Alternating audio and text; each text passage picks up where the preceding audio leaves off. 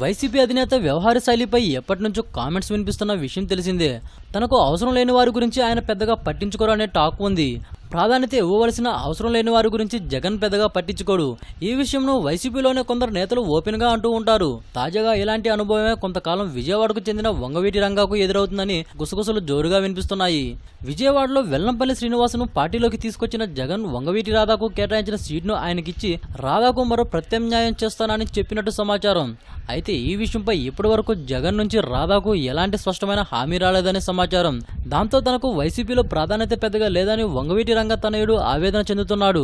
ఎన్నికల వరకు ఇదే పార్టీలో ఉండడం వల్ల తనకు లాభం వచ్చేలా లేదని, జగన్ కు బాయ్ చెప్పి మరో పార్టీలో చేరడమే బెస్ట్ అని భావిస్తున్న వంగవీటి రంగ జనసేనలోకి వెళ్లేందుకు ప్రయత్నాలు మొదలుపెట్టినట్టు కృష్ణా జిల్లా రాజకీయ వర్గాల్లో ఊహాగానాలు మొదలయ్యాయి.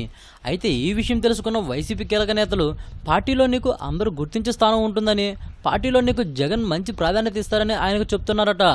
వచ్చే ఎన్నికల్లో కాపు ఓట్లకు గాలం వేయాలని చూస్తున్న జగన్ కు కాపు నాయకుడిగా గుర్తింపు ఉన్న రంగా తనయుడు రాధా ఊహించిన షాక్ ఇచ్చేలా కనిపిస్తున్నాడు. ఈ వీడియోపై మీ విలువైన కామెంట్స్ ని మాతో షేర్ చేసుకోండి. అండ్ ఇంకో విషయం, సబ్స్క్రైబ్ చేయడం మర్చిపోకండి.